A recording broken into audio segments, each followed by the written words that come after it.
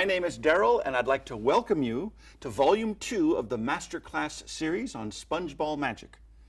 Now, because this is a Masterclass session, I'm going to assume that you have already studied our more fundamental Essentials in Magic video on Spongeball Magic.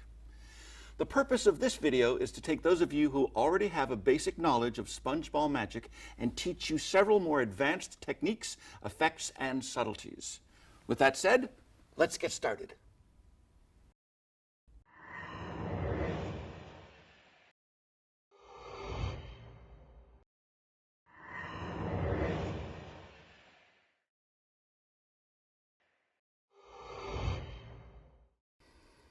Here's a lovely idea from Aldo Colombini.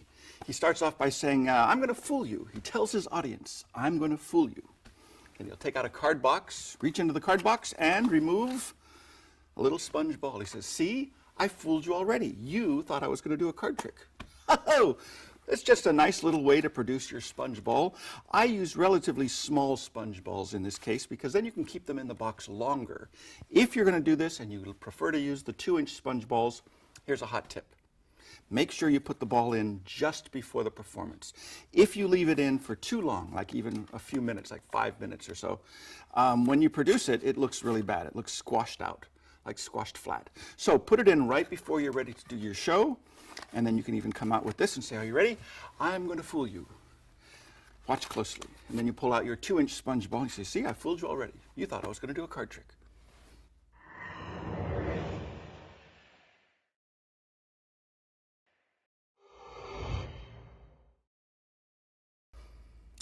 Here's a little something called the pinch production, or the instantaneous production. It looks like this. Hop! There you go. This was not invented by Gary Darwin, but he found it in an old Genie magazine from around the 1960s or 70s. I find from experience it's much better to do this with a regular sponge ball, not the super soft. The super soft balls tend to open up a little more slowly. It's not quite as effective. This is a regular ball that opens up quickly. So what you do is you fold it in half like a taco, and then you fold, from your point of view, the right-hand side up over to the left-hand side like that. So you're folding it into quarters. But the way you fold it is important because you want to hold it like this and then open, boop, like that. That's it. If you fold it the opposite way, what's going to happen is you fold it like this.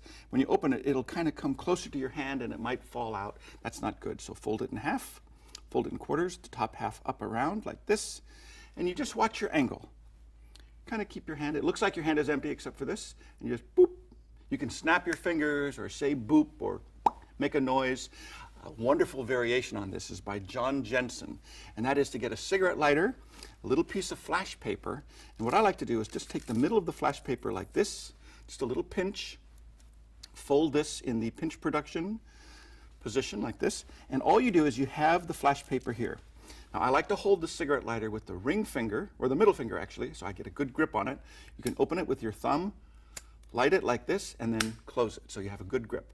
So it's the same idea, the pinch production. All you do is you stow it like this, and whoop, there you have it. Ball from nowhere.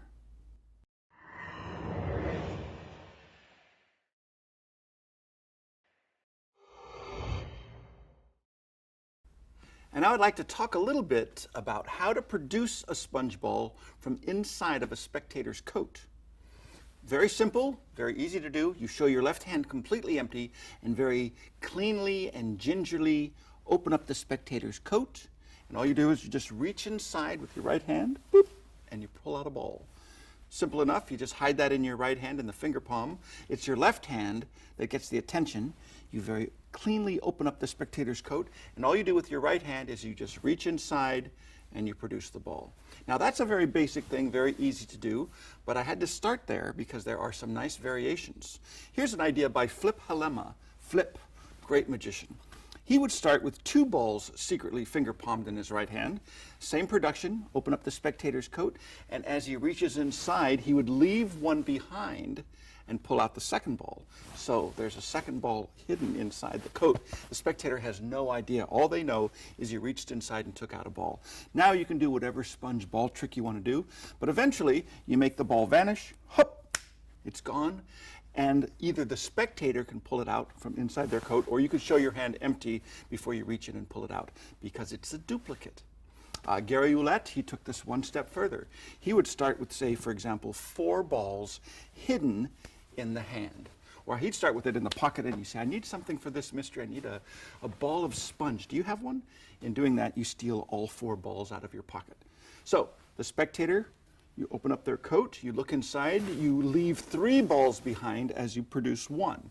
So the spectator has no idea that he's got 3 sponge balls up near the shoulder.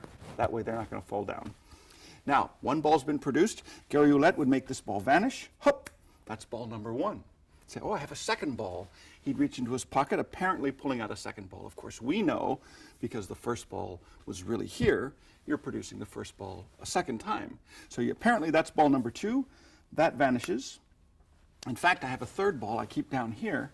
This is ball number 3. So it looks like 3 balls vanish one at a time. You say, oh no, they're not in my pocket, not down here. I'll bet they went back where they came from. And the spectator reaches into his coat. Or actually, you could do this yourself. Show your hands empty, very cleanly reach in and pull out ball number 1, ball number 2, and finally ball number 3. That's a pretty nice idea. You could do this many different ways. In fact, let me show you just one last variation of this idea.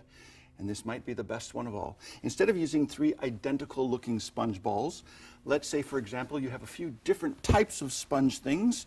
In this case, I have 2 hot dogs, 2 blue balls, and 2 yellow stars. Now the hot dogs, they actually come in a long string of hot dogs, and I just cut between the thread and retied it a little bit just to get individual hot dogs. So for this trick, I'm going to produce a ball from the pocket, secretly load an extra ball, a yellow star and a red hot dog.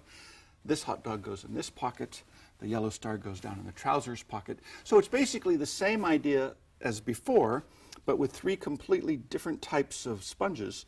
It's a little bit more effective. So you start like this, your hand is empty, you reach into the spectator's coat, you leave everything behind except for 1 blue ball.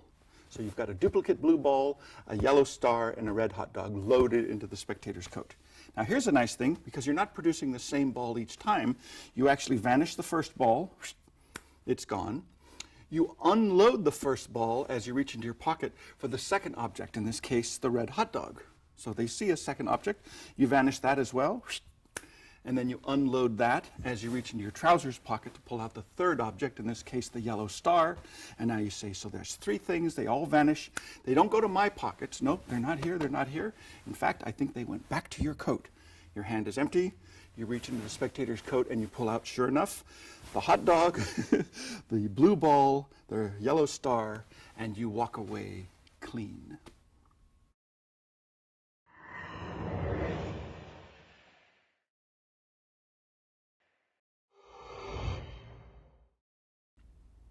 How to produce a second ball from the first ball.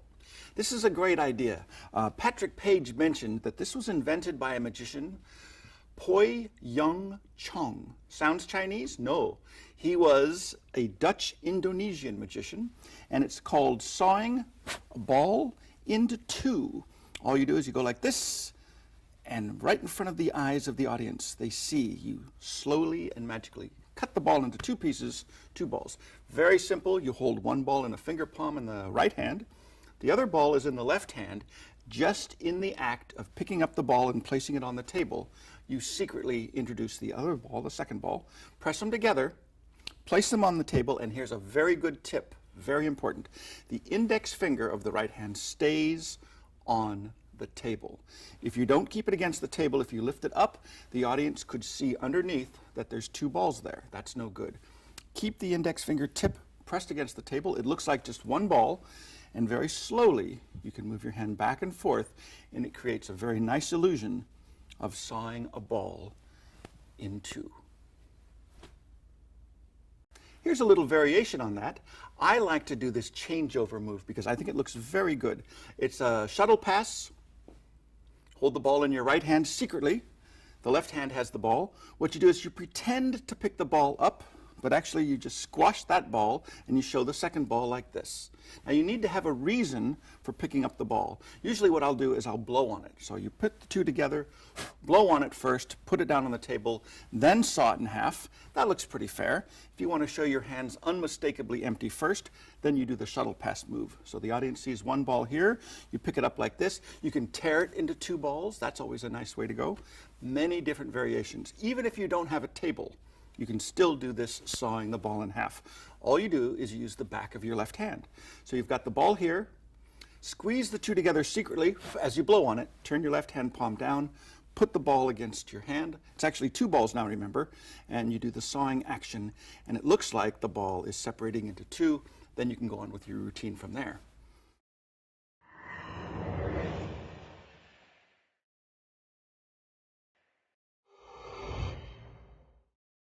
So for the Peter Samuelson technique, he does a changeover, but it's a completely different method.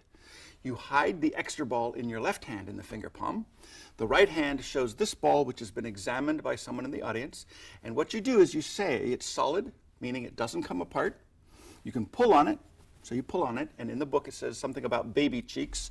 You pull on it, you clip it secretly with the ring finger and the middle finger at the bottom, and secretly you pull that into your right hand as your left hand turns palm up and your right index finger extends, and in slow motion it looks like this. You grab this, pull it into your hand, left hand opens, your right hand pushes down on that.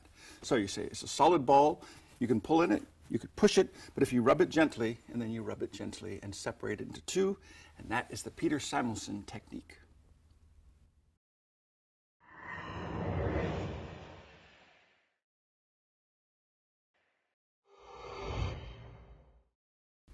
Here's a little something called the repeat ball production. Now with this secret technique, you can produce apparently as many balls as you'd like, one at a time from thin air. Put them in the pocket, produce another one. You can do this over and over again, as many times as you'd like. To do this, all you need are two balls, one hidden in each hand. That's the secret setup. Now what happens is your left hand produces the ball at the fingertips, and the way you hold it's important. It's held away from the body with the first finger and thumb so that the rest of the hand is palm up and empty. The right hand ball is not really in a finger palm, it's more in like a classic palm position. The reason for that is it's got to be in the right position so that when your right fingertips grab the ball from the left hand, secretly the other ball is transferred into the left hand as well, and the left hand turns palm down, the right hand turns palm up, and then apparently puts that away. So here's the move once again. There's the ball. You leave this ball secretly behind as you take this. The left hand turns down, the right hand turns up. This goes in the pocket apparently, but what happens is it comes out in the classic palm again. So you see what's happening. You produce the first ball. As you take it, you've loaded the second ball in its place. You do that. You're ready for the next one. Do the same thing over and over again. With a little bit of practice, it looks exactly as if you're producing one ball after another. If you want to use a little bit of misdirection, you can look at the ball as you put it in your pocket and then come back to produce that. That's the misdirection for bringing this hand out with the other ball. And the same thing again. You show the ball, put it in your pocket. There's another one. Do this again, do this over and over again. So that is the basic idea for the multiple ball production.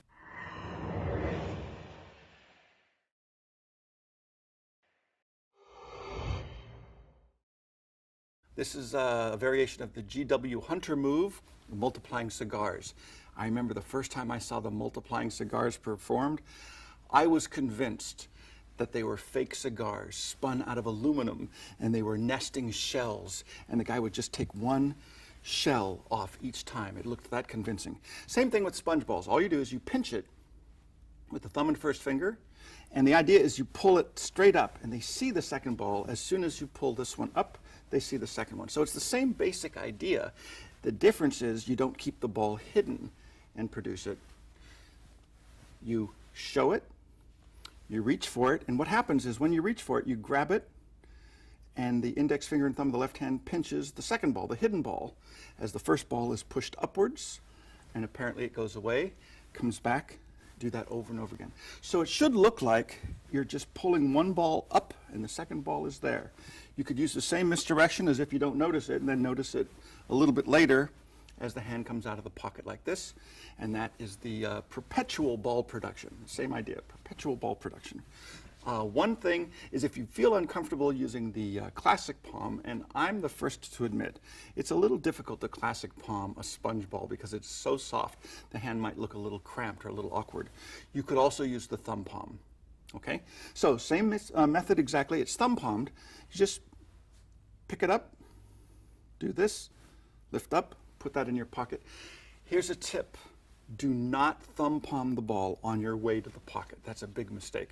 Wait until you actually take the ball, place it into the pocket, now thumb palm it in the pocket. Okay, then the hand comes out, you do the same thing again, go like this.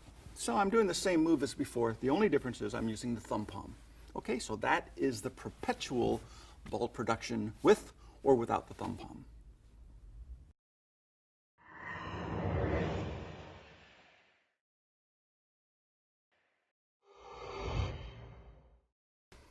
Now, if you would like to do a color change, that's certainly easy enough to do. You've got the two red balls here that you're producing over and over again. Secretly in your pocket, you've got a ball of a different color. Okay, so that's in the right coat pocket. You're doing your production one after another. You keep apparently putting them in your pocket. When you're ready for the final ball, the ball of a different color, all you do is you just leave this ball in your pocket and you steal out the other ball of a different color. And then you do the same move as before, but now you finish with a surprise color change. Now you can take this a little bit further if you'd like. You can start with a couple of different balls, even 3 if you'd like, in your right coat pocket. Okay, that's your setup. You're doing the same multiple ball production. Now it doesn't matter if you're doing it this way or if you're doing it the other way where they see the ball and they don't see the other one until you do that. It doesn't matter. When you're ready for the finish, you do this. You put one ball in your pocket, leave it there, steal out the other 2 balls secretly as you produce that. The audience has no idea that your right hand has got 2 balls of 2 different colors. So you show this one. Now, as you pull the red ball up and place it on the table, you leave the yellow ball in its place. As you pull the yellow ball up and put that on the table, you leave the blue ball in its place. So that's a pretty nice surprise. 3 different colored balls at the end, and you walk away, as always, clean.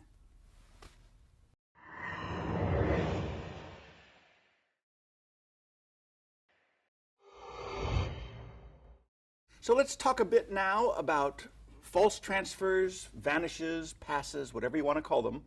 The idea is very simple. You pretend to take a ball, put it from one hand to the other, and then it's gone from apparently the receiving hand. Here's a simple one. I usually use this with smaller sized balls. For example, the 1-inch ball. It's called the finger palm roll. All you do is you hold the ball like this. You let it roll in your hand and finger palm it at the last minute.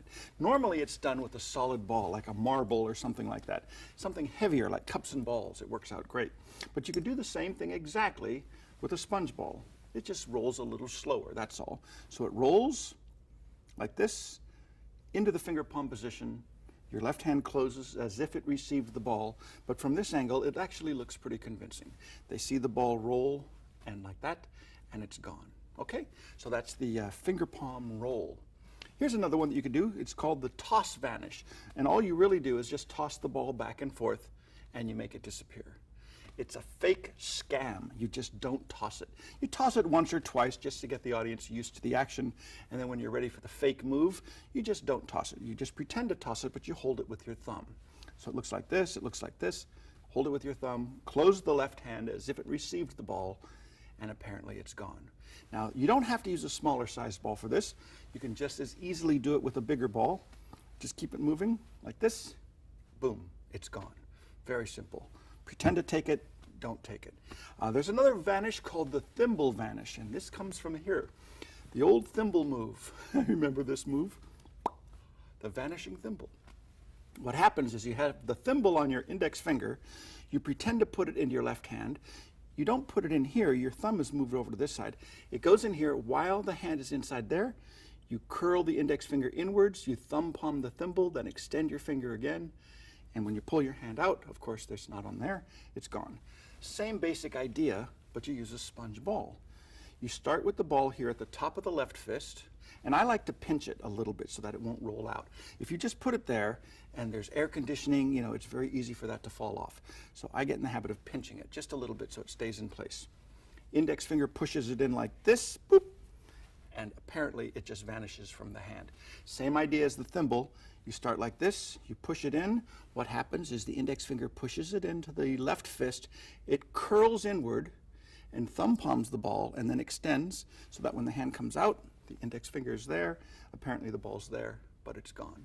So at regular speed, once again, you show this, put it in, and it's gone. That's the thimble vanish.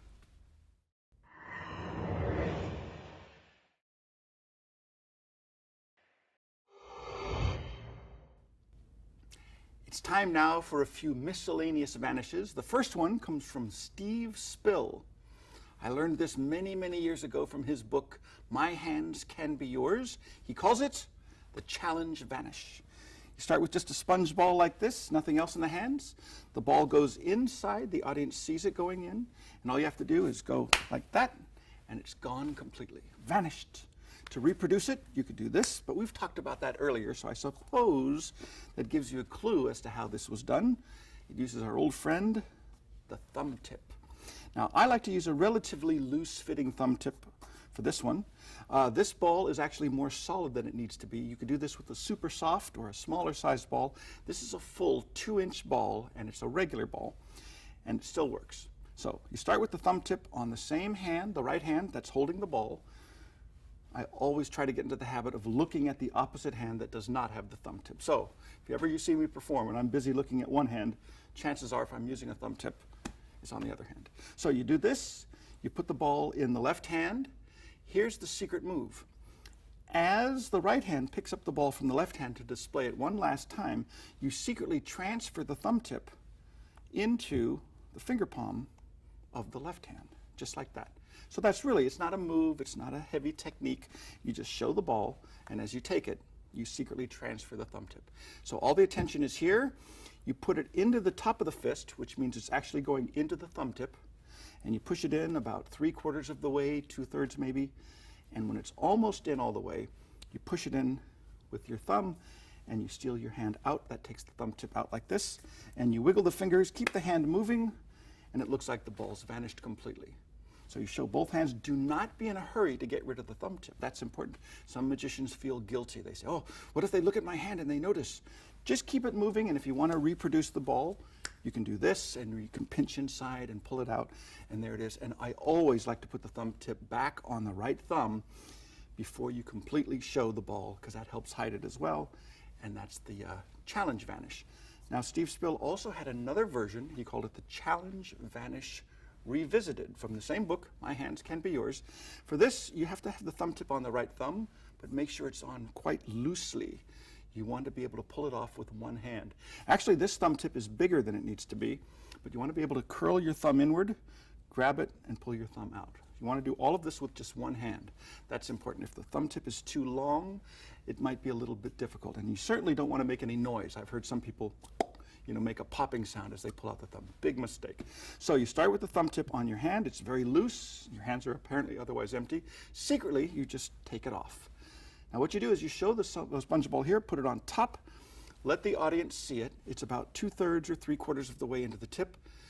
You look at it yourself, and that's when you actually take your right thumb, push it in, and you're making the ball vanish with one hand. So it's a one-handed vanish, which is pretty nice. They see it in the hand, you look at it yourself, and then it's gone. So this is what you do.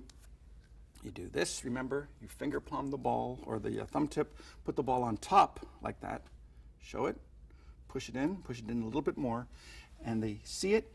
You look at it yourself one last time. That's when you push your thumb into it, and with one hand, make it disappear.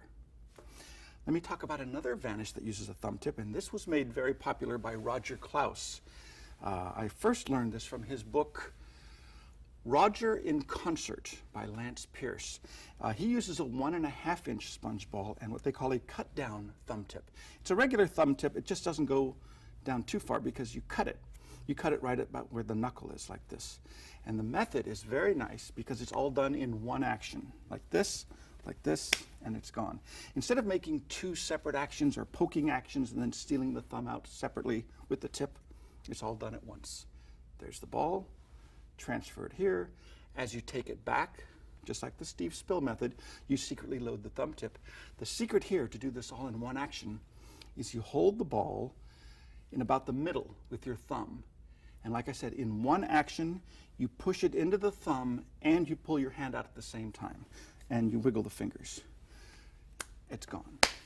Now, Roger made a big thing about using a 1.5-inch ball and a cut down thumb tip, but I found from experience, if you have a big enough thumb tip, and you can use a larger ball. So this actually has the density of probably 2 or 3 of these, because this is a regular sponge ball and it's 2-inch. But because the thumb tip is so big, you can do the same vanish completely with one hand, like this, and that baby's gone. So that is the Roger Klaus handling of the vanishing sponge ball in the thumb tip. One action.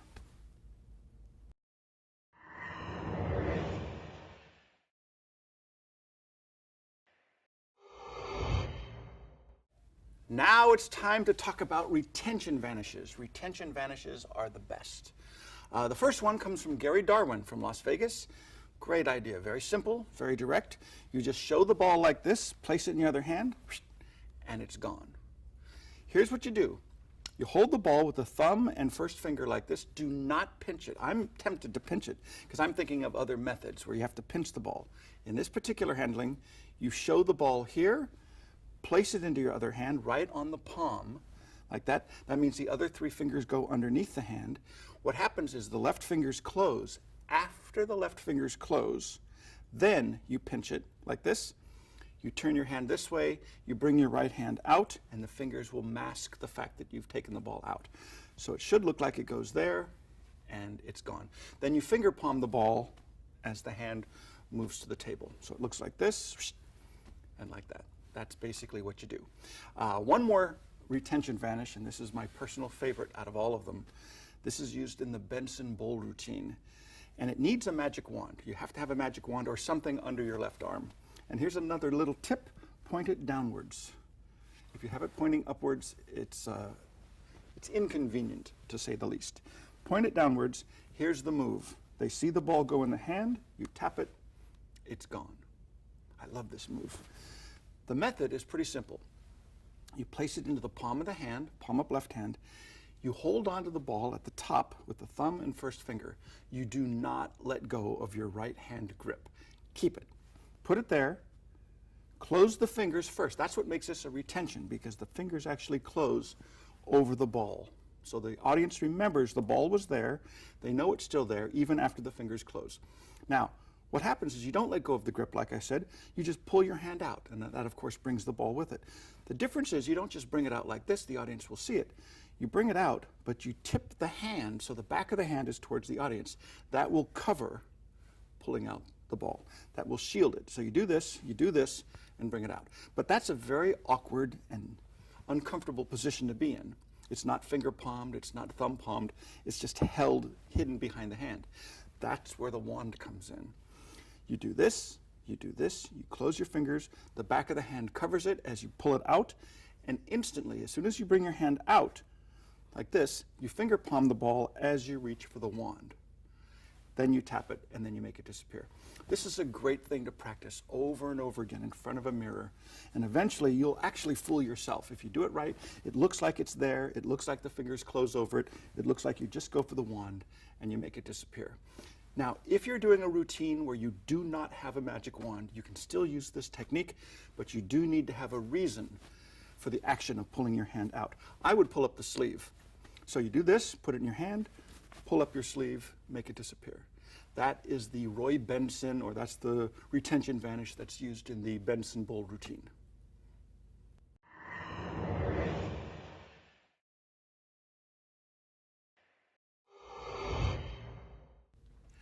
This is called Rabbit's Habits. I believe I learned this from Routine Manipulation by Louis Ganson. Very simple. Nothing in the hands, nothing up the sleeves. That's Mama Rabbit, and that is Papa Rabbit. Mama and Papa together. Now, the funny thing is about Mama and Papa is that heat has a very strange influence on bunny rabbits. I don't know if you knew this, but if I take this, give it a little bit of this, a strange thing happens. I still have Mama, I still have Papa, but now we've got little baby bunnies as well.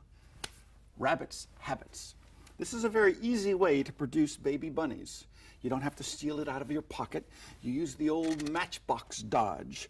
So what happens is your preparation is you open up the matches. Actually, I open it the other way so that the heads of the matches are hidden under the box. You take 4 or 5 or however many baby bunnies you can fit into this compartment here. See? That's why it's got to be half open. Okay, that's it. That's where you do. So Mama and Papa are there. Your hands are empty.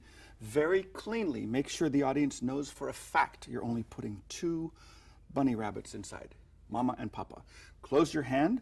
Your right hand picks up the matches like this. Put the book in your hand or the box like that. As you take one out, here's the load. You just close the drawer and that loads the bunny rabbits inside. So now all you have to do is light this, put this down, and do a little that. You see that has a very strange influence. You could actually just open up your hand and show the whole thing like this, but I actually sometimes prefer to take out Mama and Papa first, then for the surprise, you show the baby bunnies.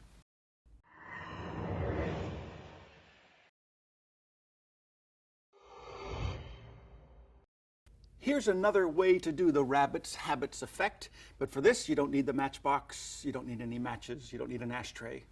All you need is Mama and Papa Rabbit and a few baby bunnies, which you hide in your right hand from the very beginning. Very, very simple. You say, here's Mama, here's Papa, and you get a spectator to open up their hand. Usually a lady would be good for this. You say, you hold on to Papa, and you hold on to Mama, and when I give you Mama with Papa, I want you to hold them as tightly as you can. Don't let one sneak out. Don't let them jump away. And as you put in the second one, you do your magic, and now you've got Mama and Papa and a whole bunch of baby bunnies. Now this is also a very easy way to load the baby bunnies into the spectator's hand. All you do is you start with them in your hand from the very beginning. Okay? Steal them out of your pocket, hold them in a finger palm in your right hand. Show Mama and Papa. The spectator opens their hand. Put one of the 2 rabbits in first. Doesn't matter which one, you could say it's Mama or Papa. But when you put the second one in to join the first one, that's when you tell the spectator, and hold them both very tightly. Don't let one of them jump out. That gives them the misdirection in their mind to hold tightly. Oh, he's going to try to make one disappear. I'm going to hold tightly. So the first one goes in.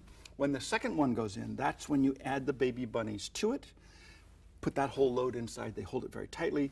You do your magic. You show Mama and Papa together. And of course, now you've got the baby bunnies as well. And that's a great effect to have the bunnies appear in the spectator's hand. Now let me do it one other time, a different way. You start with, say, 4 or 6 or even 8 bunny rabbits inside of your pocket like this. These I would have 3 bunnies this time, 3 large rabbits. 2 like that, one I'll put a little bit like sideways, and that goes into the trousers pocket. The only reason for that is so you can show your hands empty.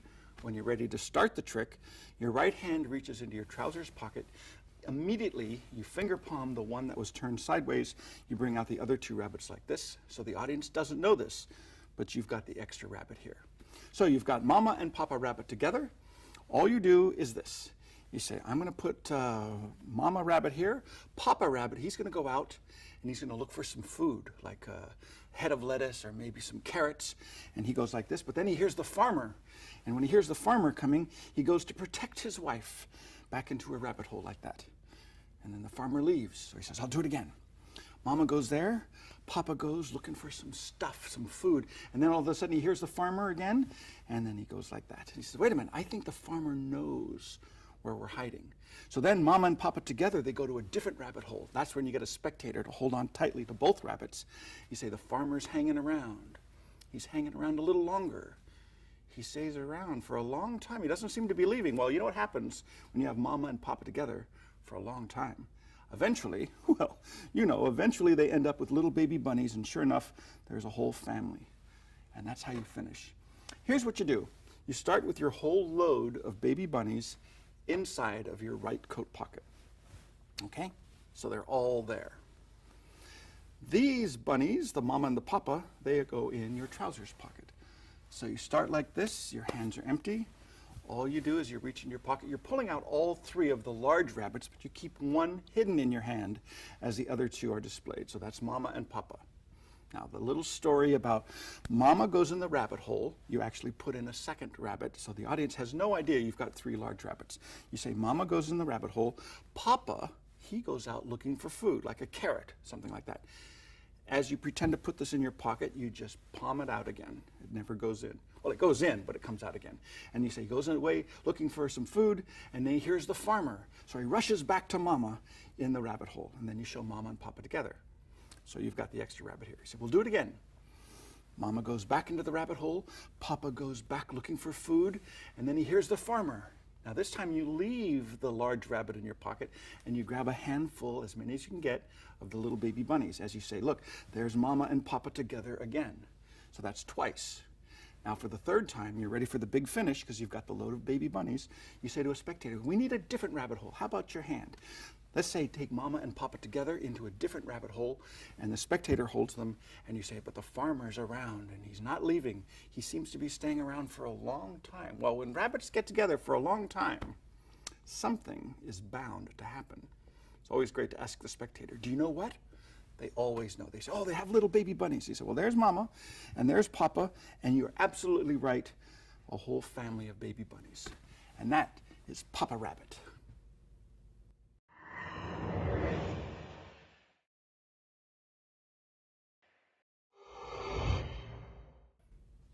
There are so many different things you can do with sponges. You can even make them change colors. Watch closely, a little red ball, you just put it in your hand, blow on it, and as if by magic, it changes to blue. Now that's pretty simple.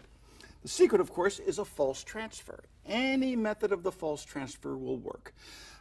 If you just pretend to put it in your other hand and you close your hand as if it's there, but it's not, you just didn't let go of it, you keep it in the first hand, that's perfectly good. The setup would be to hide a ball of a different color in your left hand in this case, because that's the receiving hand on the false transfer. You show this ball, just pretend to put it in your other hand, and you don't. So when you blow on it and you do your magic, it looks like it changes color. That's a pretty simple way to do it. Here's another version, same idea, false transfer, but it's the thimble vanish. The thimble vanish works particularly well with this because this is hidden in the hand. You show this ball and you place it on top of the fist. So they see this hand is empty, there's the ball on top of the fist. All you do is you poke it inside, you do the thimble vanish move, and apparently it changes color. Now for those of you who might have forgotten, here's the thimble vanish move again. It goes on top of the fist. The audience has no idea you've got a ball already in that hand, so they'll be surprised with the color change. You push this in. As you push it in, secretly remember, you hook the finger around and you thumb palm the ball. So it looks like it's in the left hand, and then you have the surprise finish like that.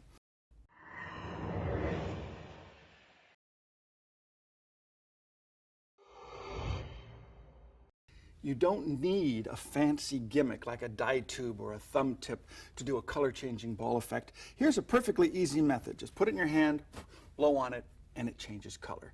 Now it's not exactly a Bobo coin switch because sponge balls are very lightweight. Pretty hard to do a Bobo switch. So what you do is you have the colored ball in your hand in the finger palm. This is the ball that everybody sees. You pick it up and you just pretend to put it in your left hand, but what you do is you pinch it with the thumb and first finger like that. As you pretend to put it in your other hand, you open your right hand. You let the hidden ball go into the left hand. The left hand closes around the hidden ball. As the right hand comes away, it finger palms this ball as it goes to the table. So that's the action. Pick it up, switch, boom, that's it. Make sure you close your left hand though, and close it all the way. Definitely do not get in the habit of doing this. If they see a red ball here, don't let any of the blue ball, exposed like that. That's a big mistake. So hide this in your hand, show this hand empty, pick this up, do the switch, and now blow on it or massage it or do something magical to make it apparently change color. And that's a perfectly simple way to do a color change. Now you could take this another step further. You can add a technique called a changeover. This is a good idea. The changeover is this. It's almost like the perpetual ball move or the repeat ball production. Remember that? Same idea, but what you do is you have the hidden ball goes into the other hand as you pick up the ball that's visible and you show it. So it's a changeover. You just secretly exchange the ball from this hand to this hand as you show this one. And if you practice, you can actually do the same move backwards. As you put this ball back into the left hand opens and the ball that's hidden, the blue ball in this case, is secretly transferred back to the right hand. It's harder to explain than it is to do. What you're doing is you're apparently just showing the ball and nothing else but the ball, and the hands are empty. And in doing that, you're secretly transferring the hidden ball from one hand to the other, back and forth. Okay? Now, here's a nice thing. Have this hidden in your hand. You show the red ball. You put it in your hand. You blow on it. It changes to blue. Then you can show your hands empty except for the blue ball, apparently, and put it down, and you change it back into red. So you could do this several times. But once is enough. Just do the changeover move. That adds a very nice touch. If you want to add an extra ball, let's say, for example, you have 3 balls. Same idea. You could just have this hidden in your hand. You put this here, it changes into that. You put this here, that changes into that. If you want to throw in a few extra changeover moves, you say, look, that changes into blue. But if I change the blue back into yellow, it changes back into yellow. And if I don't want that, I could take the red one and that changes into blue. So you see, if you know how to do a changeover and you know how to do the switch, you can do all kinds of different combinations. Another version of the color changing balls is the spellbound trick. Spellbound is great. Spellbound is normally done with coins, and you just hold a coin in your hand, but I'll use sponge balls, so you see the idea. You show the ball, you just rub it, and it changes. You just rub it, and it changes. That's all there is to it. If you want to throw in some changeover techniques, you can do that as well, but basically you just rub it and it changes. It's not hard to do at all. You hold the ball with the thumb and first finger, or thumb and middle finger. This is hidden in the finger palm. All you do is you cover it, you thumb palm the ball that the audience sees, and then you exchange it for the ball that was hidden in the hand as the hand moves away. So now this is thumb palmed, but as the right hand moves downwards, it just finger palms that. So it starts like this. I thumb palm the red ball, I open the hand, leave the green ball behind, and as the right hand rests to the table, you just finger palm it. So that's it. You can do that over and over again. Okay, so you can do the changeover, you can make it change color, do the changeover again, make it change back. That's the spellbound, basically. Here's another variation, and I like to do this one. It almost looks like you're not rubbing, it's the same idea, it just doesn't look like you're rubbing the ball to make it change color. It should look like you're just pulling the color off the ball. And the way I use this, I'll tell you how it's done. I have a red chip and a white chip, poker chips. And I show the white poker chip, and I say to a spectator, hold on to this white poker chip in a tight fist. I secretly switch it for the red chip. So the spectator's holding a chip that they think is white, it's actually red. Then I would take, for example, if I had a white sponge ball, I'd use a white sponge ball. But you bring out a red sponge ball. You say, look, I'm going to take the color right off of this ball and throw it into your hand. So now you've removed the red off of the sponge ball, and when the spectator opens up their hand, they've got a red poker chip. So the effect, of course, is that the color vanishes from the sponge and it lands onto the poker chip that's inside the spectator's hand. So that's a way of just using this thing where apparently you just pull the color off and throw it across. Same idea as the regular spellbound, but instead of just bringing the hand across like this, it's more of a throw like that. It's okay? A couple of variations to play with.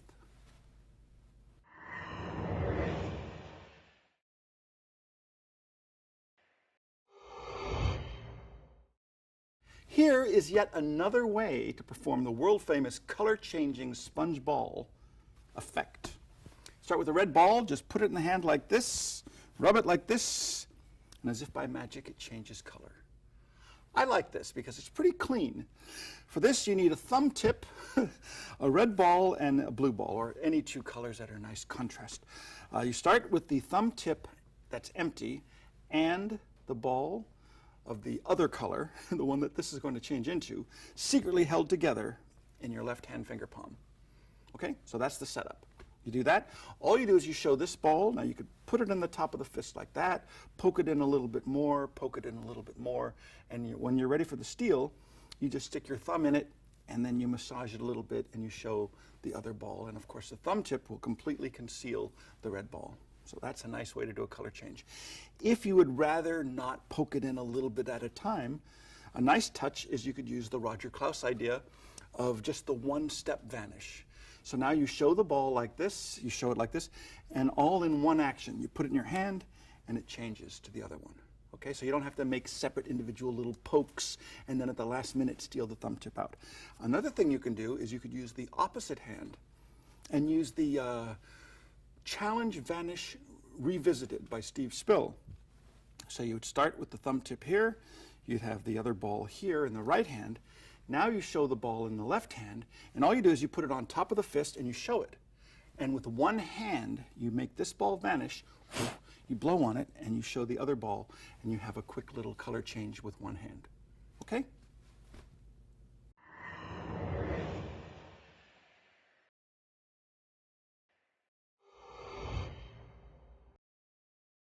This is called the squeaking ball, and I love it. Very simple mystery. You just have a little sponge ball. It squeaks like that. Of course, when the spectator tries it, it doesn't squeak. Now, there are different ways to do this. No matter what method you use, you need some kind of a squeaker. These are great. Some people call these mouse whoopee cushions. I don't. But what it is, it's a little squeaker. You squeak it, you hide it in your hand. Anything you touch, you can make it squeak. So in this case, you hide it like this in a finger palm so that the open end is pointing towards the palm. The index finger, as soon as you start to push down, you squeak. That's all you do. It just takes a little bit of practice, a little bit of timing. Of course, you don't want to squeak it too soon, and of course you don't want to squeak it too late. That's very bad. With practice, in fact, I would suggest when you're pushing down, when it's about a quarter of the way down, that's when you do the squeak. So it's like this. Now, you let the spectator try it, and of course it doesn't work. Lots of different things you can do with this. Just by having the squeaker in your hand, you can have, say, for example, two balls. This is hidden here. You say, here's a strange thing. They look exactly the same. This one squeaks. This one does not. And by magic, you take the squeak out of one ball, throw it into the other ball. So now this one doesn't squeak, and this one does. So it's a transposition of sound. If you want to have some real fun, maybe do it with three balls. You could do like the three-ball Monty, where one squeaks, the other two do not. You mix them up, no matter which one the spectator picks. That one doesn't squeak, that one doesn't squeak. Whatever ball you want to squeak, it squeaks. You could even take one ball that does not squeak, put it off to the side, show one of these will squeak, mix these up, have them pick either one, neither one squeaks, and for the super Sacco surprise finish, it squeaks over there. Now here's another thing you can do that's kind of fun. A lot of magicians don't know this, but the squeaking gimmick, you can actually pull it apart. You can take the sound-making gimmick out, and now you have a squeaker that doesn't make any sound. Now this is pretty funny, because what you can do is you can hide this in your hand, you can put this piece in your mouth, and do that. So now you can have a lot of fun. Do this. They all squeak, neither one squeaks, and eventually you can give away the secret. Say, well, you need one of these. And of course you give that to the spectator, they try it, and of course that doesn't work either. I don't suppose you should tell them you actually have a squeaking gimmick in your mouth. Dan Garrett is a master of the Swiss bird warbler. It's another type of gimmick that could be used to make a squeaking sound. In fact, he wrote an entire book. It's called Squeak Easy. If you want to learn some very, very fun routines using a squeaker or a Swiss bird warbler, definitely check out Squeak Easy by Dan Garrett.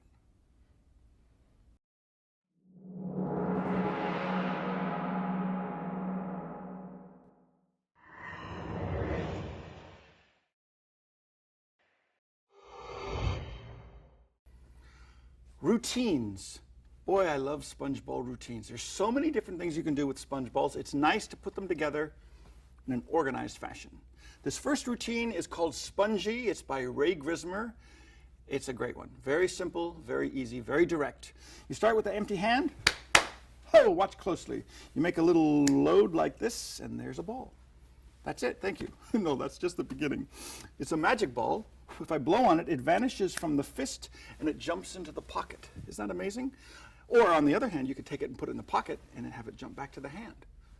You can do that again. Look, there's the ball. It goes from the pocket to the hand. You can do this over and over again, as many times as you'd like, until eventually you're done and it's gone. Well, it didn't vanish completely. It just landed in the pocket. Now here's a fun thing. It's a solid ball of sponge. All you have to do is either tear it in half or saw it in half. Eventually you have two balls. Like this, watch closely. This one goes in this hand, this one goes in this hand. You blow here, you catch there, it vanishes over to here. Quick and easy. For the big finish, and I agree with Ray Grismer on this point, the magician holds one ball, the spectator holds the other ball. You make the ball vanish from the magician's hand, it flies through the air invisibly and it lands inside of the spectator's hand. And that is a great way to finish a quick sponge ball routine.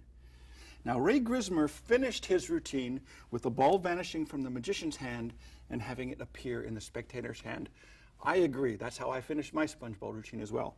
I believe that once you make a ball vanish from your hand and it lands into the spectator's hand, that's so strong, it's hard to beat, it's hard to do better than that. So that's a good way to finish the routine. Here's how you start. One ball in the pocket, one ball in the thumb palm. That's it. If you want to start even cleaner than that, you can have both balls in your pocket and you say, I need something for this, and you could just steal it out of your pocket into a thumb palm. The first production is by Milton Court. All you do, clap your hands together. Remember, thumb palm is such a secure grip. It's not going to go anywhere. So you do this. Here's the load. You close your left hand into a fist, turn your hand palm down, you slap the back of it, you turn palm up, slap the other side like this, and there's the ball. It's not a difficult move. You slap the back. As the left hand turns palm up, secretly you open your hand a little bit and the ball is loaded in as your hand is like this. You tap the back and you make the production. So once again, nothing here. Make the fist, tap the back, load it, tap the back like that, and there's the ball. So that's it. You do any kind of false transfer, you make the ball vanish. It's really here. So when it vanishes from there, you say it lands in the pocket. All you do is you reach in your pocket and you squeeze both balls together as one. So it's both balls, but they're just squeezed together.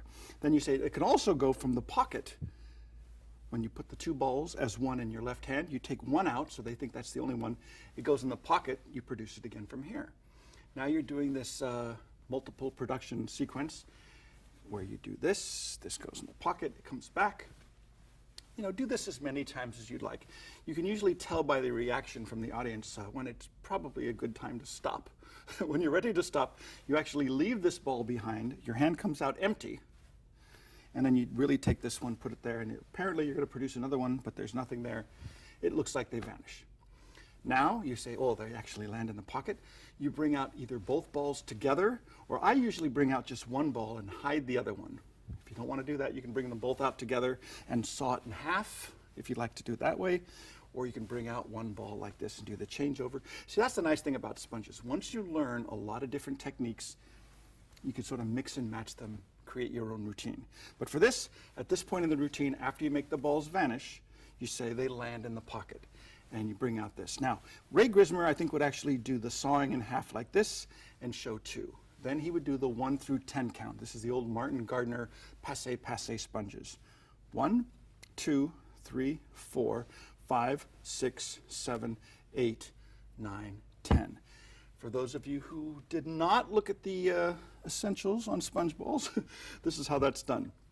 Remember, it's the back of the hands or the back of the fingers that cover this ball so that when you close your left hand, that exposes the ball. That's the misdirection. The right hand pretends to put the ball in the left hand. You just thumb palm it from here to here. As the left hand closes, it exposes that ball. That's the misdirection. You need to bring this hand out, pick up this one. So there's two together there, and that one's gone. So that's the 1 through 10 count, or the passe sponges. Ray Grismer would do this once in his own hand, make the ball vanish, and land in his other hand. Then for the big finish, he'd say, look, I'll do it again, but this time I'll hold it very, very tightly. I'll turn my hand palm down. That was a false transfer. You do the same thing. Hold this ball tightly, turn your hand palm down, and you make the ball vanish from your hand. It flies through the air invisibly, and it lands inside of the spectator's tightly clenched fist. That's a good way to finish a quick and easy sponge ball routine. Ray Grismer, it's called Spongy.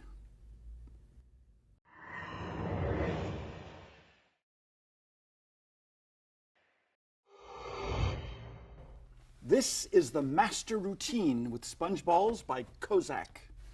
Start like this. I'm only going to use this bowl to represent a spectator's hand, okay? So it's not really part of the routine, but just so that you can see what's going on. Nothing in the hands. You see, I need something special. Oh, this is a weird thing. It's a purse frame, but inside is where I keep that. Well, I agree. It's not exactly like sawing a lady in half, but it's close. Watch. Sawing a lady in half. Just like that. So 2 balls of sponge. These are playful little balls. Watch closely. 1, 2, 3, 4, 5, 6, 7, 8, 9, 10. They like to hop across. It's a lot of fun. Actually, I need a third ball for this particular mystery, and I keep another one here. That's good. So 3 balls. This one goes in my hand. This one goes in your hand. So you give it to a spectator. They hold it tightly. So all I have to do is use this as a magic wand. Tap here, tap there. This ball vanishes completely. Inside of the spectator's hand, there are now 2. So that's a good thing.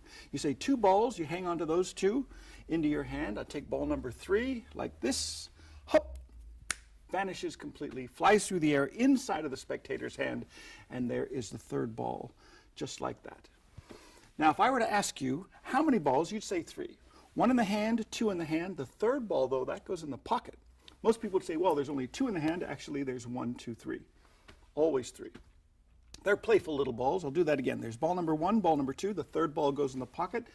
They're playful little things, so there's always 3. They like to stay together. One last time. There's ball number 1. There's ball number 2. Ball number 3 goes in the pocket. How many balls? Most people would say 2. Some people would say 3. Actually, I say they're playful little things. They're gone. And that's the routine. To do this, the setup is quite simple. 4 sponge balls altogether and 1 purse frame. Purse frame, that's all you need. 2 balls in each of the 2 pockets, the coat pockets if you're wearing a coat, and the purse frame goes in the right coat pocket. Remember, this is just the spectator's hand, so it's not really part of the trick. Your hands are empty. Both hands reach into your pockets at the same time. This is the old Al Goshman purse frame production trick. The left hand goes in the left pocket. You finger palm one of the 2 balls. The right hand goes into the right coat pocket. As you pull out the purse frame, that's the misdirection for bringing the left hand out. So you say, there's a little something I keep inside a sponge ball. You put that down, you close the frame, your hands are empty. As you say something like, well, I agree, it's not exactly like sawing a lady in half. You put the purse frame back into your right coat pocket. As you do that, you steal out a second sponge ball. Now you're ready for the old sawing a lady in half. You can blow on it. You can do it on the back of your hand, like I said, if there's no table, but you saw it into 2 pieces.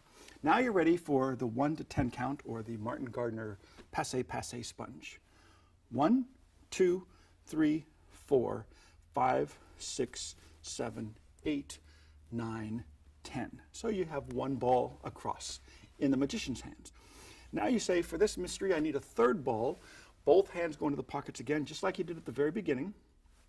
Right hand comes out with the purse frame. Left hand comes out with another ball. And you reach inside and you pull out the third ball. Now this time you leave the purse frame on the table temporarily, because you're going to do a false transfer with 1 ball. You pick up a second ball, adding your ball to it, and you hand it to the spectator. Say, hold on to it very tightly, so when you make your ball vanish and it lands in the spectator's hand, that's very strong misdirection. While that happens, it's gone from here into your hand. Look inside. While the spectator opens their hand, you casually take the purse frame and you put it back to your pocket, and that's when you steal the third ball secretly. They don't know about that. So now there's 3 balls on the table, and you say, here, hold on to those 2 that just came out of their hand. Apparently they go back into their hand, but they don't know that you've added a third ball. So they've got 3. Then you say, in this one, I go like this. It disappears into your hand. The spectator opens their hand, and they've got 3. Very good surprise. Now, they don't realize, but you've got an extra ball now, and so you're ready for the old 2 in the hand, 1 in the pocket routine. Ball number 1 goes into the hand. Actually, you secretly put both balls in your hand. So it looks like there's 1 in the hand, 2 in the hand. The third ball goes in the pocket. It really does go in the pocket, but immediately it comes out again, hidden. But the misdirection is when it goes to the pocket, you show 3 in the hand. So there's 3 there. Do the same thing again. Ball number 1, ball number 2, ball number 3 goes to the pocket. This time you leave it in the pocket. Bring out your empty hand. You show 3 balls back in the hand. For the big finish, you go like this. Ball number 1, and in fact, here's a little variation on that second one. You have 3 balls in your hand. For the next one, you could say, look, there's ball number 1, bring it up to eye level. Ball number 2, put those in your hand. So that's just another way of getting the third ball secretly into your hand. But it looks pretty good. It looks like 3 balls. There's ball number 1, ball number 2, and ball number 3 goes in the pocket. But it's the same trick as before, just a different handling. 3. For the big finish, the vanish of the 3 balls, you say ball number 1 in your hand, ball number 2. As you show ball number 2, your left hand opens to show ball number 1 again. And this is a bit of practice. It takes a little bit of practice to get this, but what happens is you apparently put the second ball in with the first ball into your left hand. But what you really do is you pinch the two together and steal them both out with your right hand. So it's ball number 1, ball number 2, and then ball number 3 goes in your pocket. You leave all 3 behind. For your big finish, you say they're playful little things, they like to disappear, and that's the mystery of the Kozak routine, the master sponge ball routine.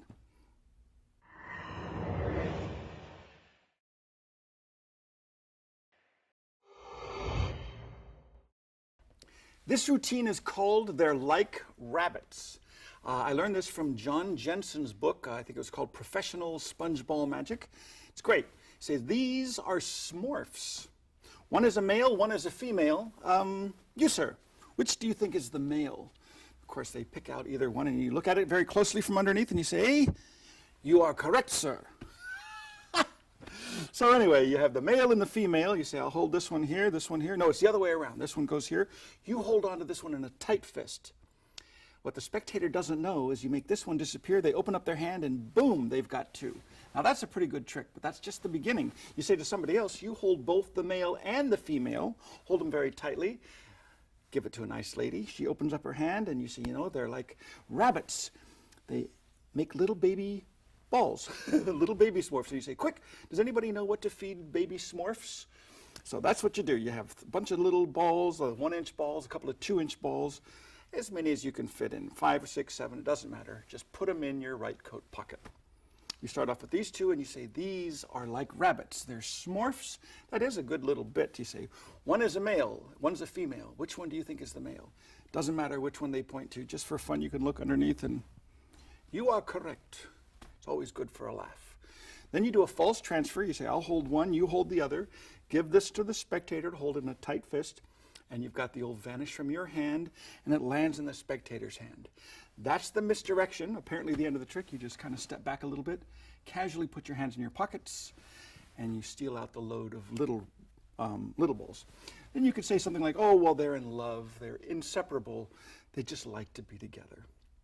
And you say, okay, I'll tell you what, I'm going to hold you the male and the female together, give it to a second spectator, not the first spectator again, because they might feel the difference between just the 2 balls and the 2 balls and a bunch of smaller 1-inch balls. So you give it to another spectator.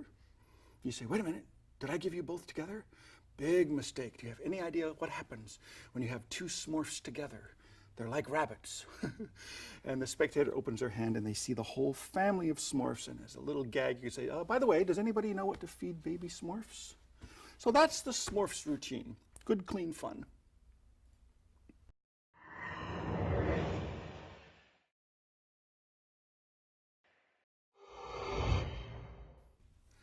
Well, there you have it. A lot of great sponge ball magic to practice and perfect. If you like what you've learned, remember, we have additional masterclass titles on this subject as well. Now, you have just learned several of our most valuable secrets, but remember, this is just the first step. The rest is up to you. So go out and practice until you can perform these techniques flawlessly without having to think about what you're doing. Remember, with a thorough understanding of the principles involved and with proper practice, your performances will look like real magic. Have fun.